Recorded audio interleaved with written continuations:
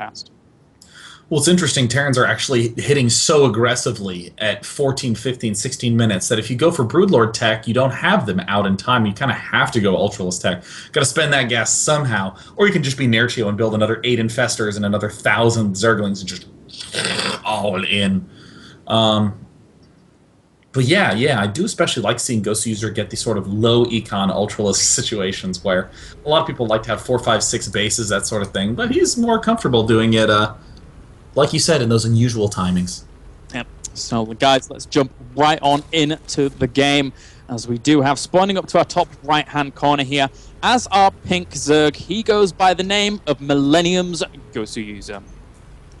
And down in the bottom left, considered to be the best StarCraft 2 player in the world, the second money-winningest player of all time, LGIM's MVP. I would like to note that, again, I would not be surprised to see some sort of early pool.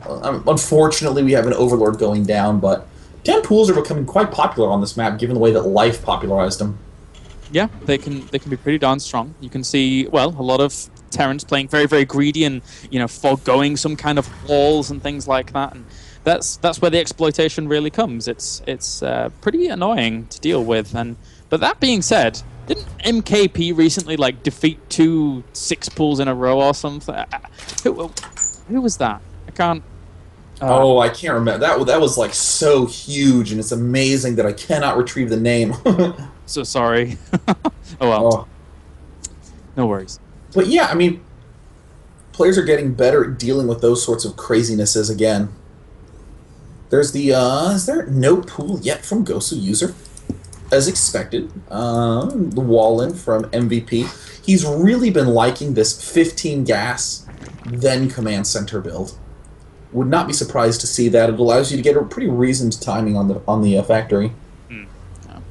So now we'll see if he wants to actually execute that kind of thing. I've ever since IEM. Well, I mean, I was always a big fan of MVP to begin with, but IEM Cologne with Gamescom, just the way in which MVP took that tournament against predominantly Zergs in the later stages was phenomenal. So you can never really doubt MVP's potential to deal with Zergs with just his way of doing it. And I'm curious, because I haven't seen MVP play for maybe for a little while now, so I'm curious to see what he's actually going to bring out here. There's the expand, as expected. Nothing out of the ordinary there. One Marine has made its way out to just do a little bit of Overlord hunting, and Goswser, yep, doing a little standardness. The play that we see most Zergs doing nowadays is to go for quadruple Queen.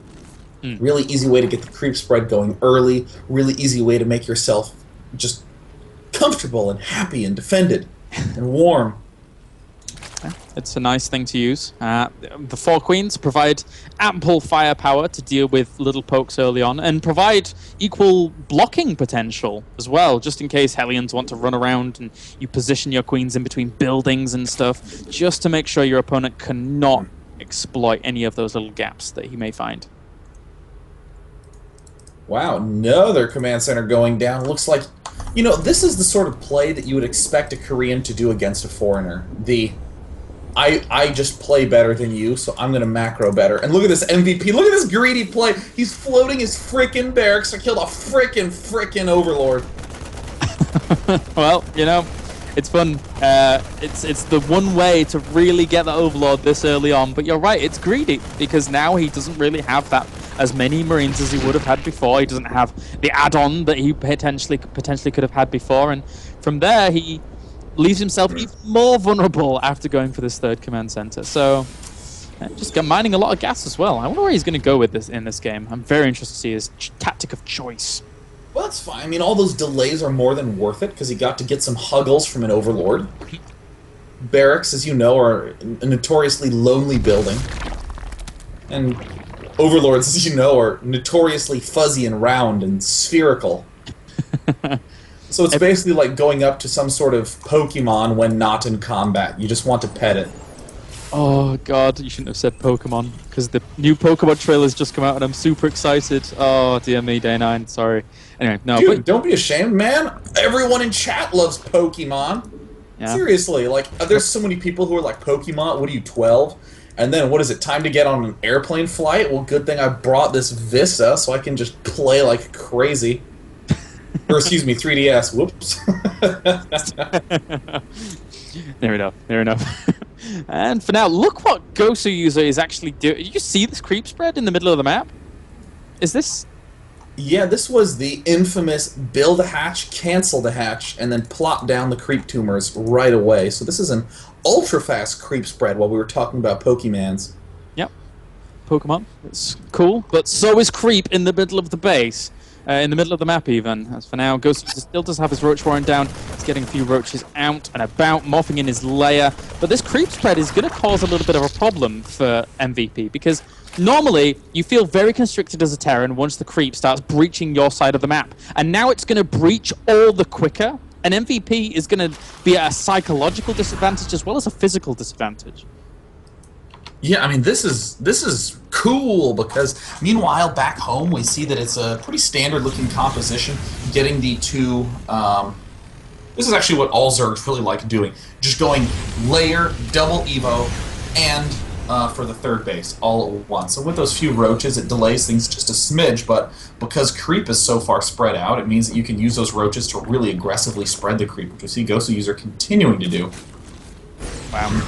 This is really cool. This is... I haven't seen this too much. I know it has occurred in the past, and it's fine, but I haven't seen it for quite a while. And it's so strong to do. More Zergs, I hope, employ this tactic, because, again, not only the physical advantage, but the psychological advantage is really annoying to deal with. And these Hellions in the middle of the map, what are they going to do for now? They're going to be spotted instantaneously. Any single path they want to choose, they're going to be spotted, and it's not going to be easy for him to actually make anything happen with them.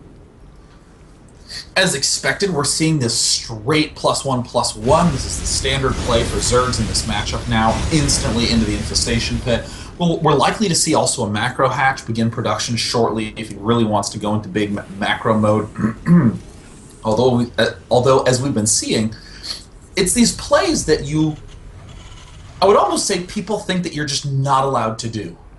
You have to go for ultra standard. People just value doing what the norm of people are doing because of the umbrella term standard. Oh, don't play weird. You don't play standard, man. You're not playing standard. You're going to throw away your ladder points. Well, Goswser user is playing standard, but he's just throwing out this early creep spread in the middle. And there's some Hellions that are going to try to do some damage, but of course, Roach Ling and infinite preparedness of spotting, no problem.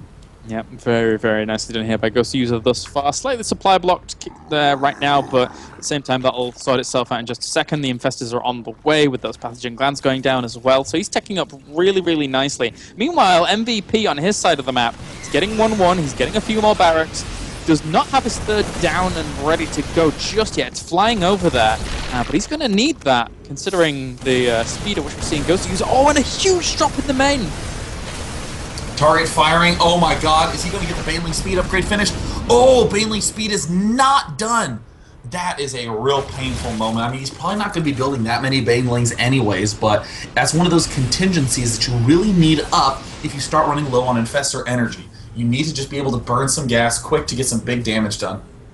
Yeah, that was really impressive there by MVP. Getting the damage and then just leaving and not sacrificing anything. Again, it can take very strong discipline to know when you've done your damage, when you need to leave, and exactly how you can leave, etc. Goswser user, he's still very strong in terms of the macro. He's getting his macro hatch now. Won't be surprised if it's a fourth very quickly. Jeez. Look at this dude.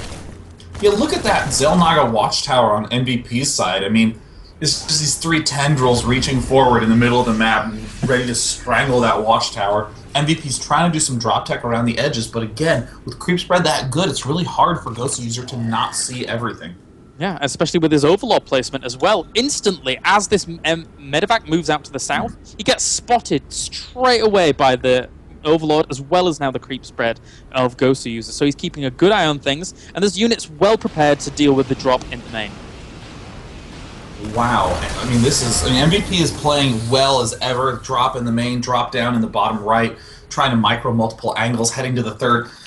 But Goswser user is looking just strong as well. Taking the double expand in the middle, it looks like, oh no, he's not actually expanding down the bottom right. Likely due to that drop. But Macro hatch up, all the hatches up. Mass Zergling production, Baneling speed almost done again. Well, yeah, I love the Ling Baneling Infestor mid game. It's so strong. Oh, look at that! MVP drops a scan right as the Hive is morphing in, and there's no Spire started. So I'm under the impression he's actually just going to go for Ultralisks here. He has the upgrades on the way for it. Actually, well, his 2-2 is timing out with his Hive timing. That's pretty awesome. I mean, it's little refinements like that that just make all the difference. Ooh, Banelings instantly connect with that medevac, and it looks like Goswser doesn't even elect to spend any Infestor energy when it's heading away, but now he's drawn to a little surround, and gosh, just look at that mini-map. There's just all those pink dots everywhere. Yeah, he's got so much vision right now. MVP's not let it breach onto his side of the map, so he's done a really good job of cleaning it up and keeping an eye on when it's going to be spread. But there we go, there's the Ultralisk Cavern now on the way, as well as Adrenal Glands and to the 3-3, dropping in the natural once again, picking off a Queen. Nicely done there by MVP. Even trying to drop in the third as well, but not getting too much done. He's pushing the fourth. MVP's everywhere. Per usual, MVP is just looking so good. A couple of Infested Terranets get lobbed out. That's going to be really good for positioning, making sure those tanks absorb most of the fire. But look at this, the number of Zerglings 2-2 just finishing, and oh, MVP's 2-2 was barely not finished. That's like such a key error. You have to have absolutely perfect alignment in that attack.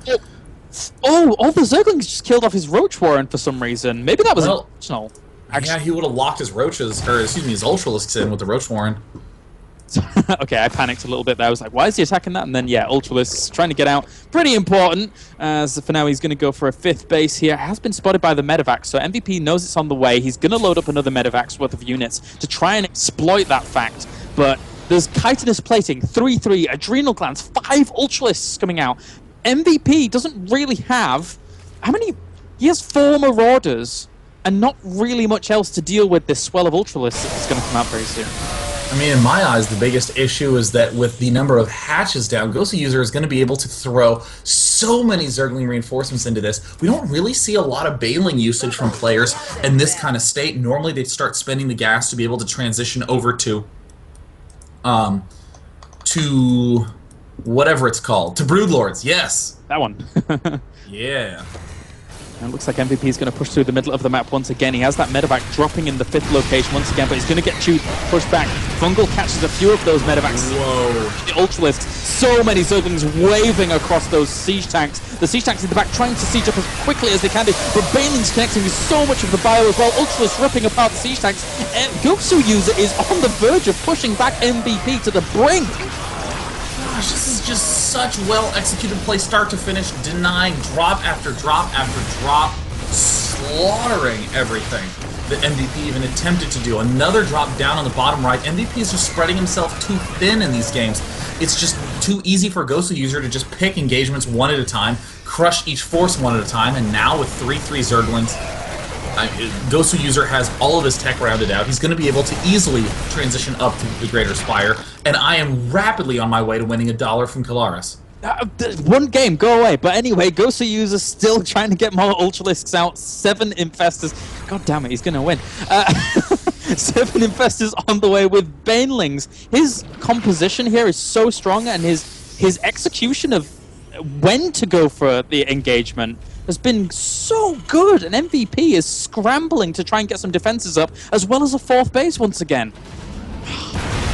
What excellent play, storming the front yet again, surrounding everything and perfectly pulling those Zerglings away so the Banelings can connect.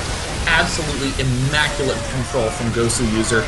Incredibly solid engagement. The Marines form a limbo line to their death, and there's good game.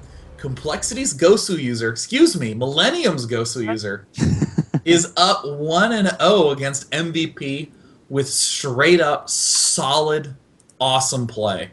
Yeah. What?